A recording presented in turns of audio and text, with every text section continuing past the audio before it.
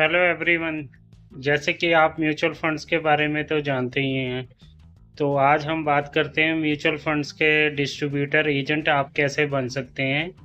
तो हम बात करें म्यूचुअल फंड्स डिस्ट्रीब्यूटर बनने के लिए NISM सीरीज़ 5A है, वो एग्ज़ाम देना पड़ता है, जो कि national institutes of securities market conduct करवाती हैं। डिफरेंट टाइप्स ऑफ एग्ज़ाम्स वो कंडक्ट कराती है। तो जिसने भी म्यूचुअल फंड्स में जॉब करनी है, चाहे उन्होंने अपना बिजनेस करना है डिस्ट्रीब्यूटरशिप का, तो उन दोनों को ही ये एग्ज़ाम देना पड़ता है सीरीज़ 5A का। तो ये एग्ज़ाम बेसिकली में अगर बात करें तो 12 चैप्टर होते हैं। इतना टफ नहीं होता, ये होता कि पेपर इजी होता है। चैप्टर वाइज इसमें डिवीज़न करी हुई हैं, वो चैप्टर के बारे में हम अगले वीडियोस में डिस्कशन करेंगे। तो ये ओवरऑल एग्ज़ाम की बात करें तो 100 क्वेश्चंस आते हैं। ये ऑब्जेक्टिव टाइप रहता है, आपको ABCD में से एक चूज़ करना पड़ता है। इसमें नेगेटिव मार्किंग नहीं होती है। तो जैसे 100 मार्क्स का है, तो उसमें से पासिंग मार्क्स की बात करें तो 50 पासिंग मार्क्स का है।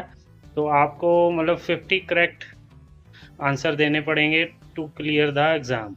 तो एग्ज़ाम क्लियर हो जाता है, उसके बाद आपका लाइसेंस आपको लेना पड़ता है AMFI की तरफ से, जो कि association of mutual funds in India है।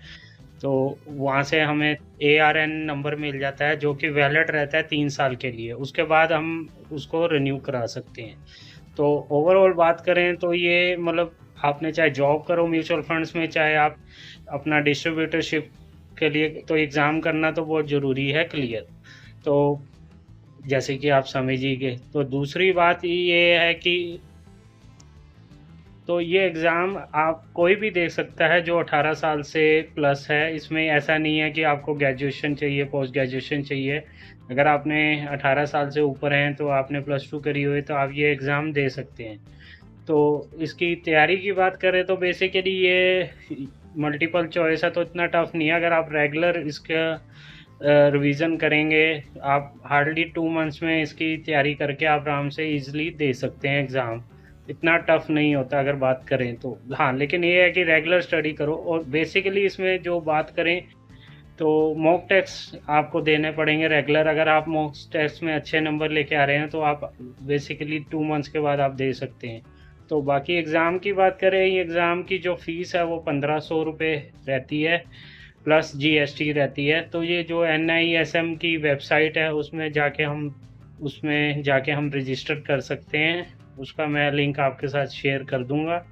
तो आप उसमें रजिस्टर्ड, हर साल ये एग्ज़ाम हर मंथ में एग्ज़ाम कंडक्ट होते हैं।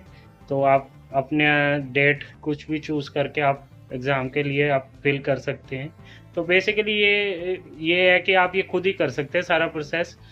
तो ये है कि आपको किसी की ज़रूरत नहीं है, आपने खुद ही ऑनलाइन जाके अपना देखा कि कौन सी डेट मेरे को सूटेबल करती है एग्ज़ाम लेने के लिए, तो मैं उसको एग्ज़ाम के लिए बुक कर सकता हूँ। तो और इसमें एक और फैसिलिटी है, अगर आप बाय चांस जिस दिन एग्ज़ाम है आपका कोई शेड्यूल बिज़ी है, तो आप इन एडवांस उसको डेट को एक बार चेंज भी करवा सकते हैं। वो सब आपको NSIM की रजिस्टर्ड वेबसाइट में जब आप लॉगिन करके अप्लाई करेंगे तब सारे पता लग जाएगा।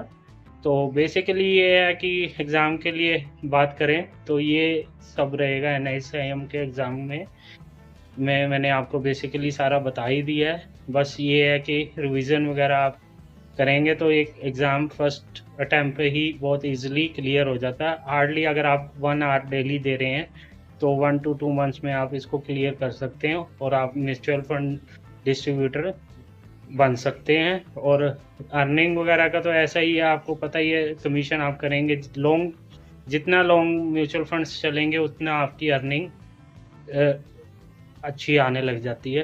तो बाकी आपको लिंक मैं शेयर कर दूंगा। बाकी आपको कैसे लगी वीडियो, प्लीज़ लाइक और शेयर करें। Thank you.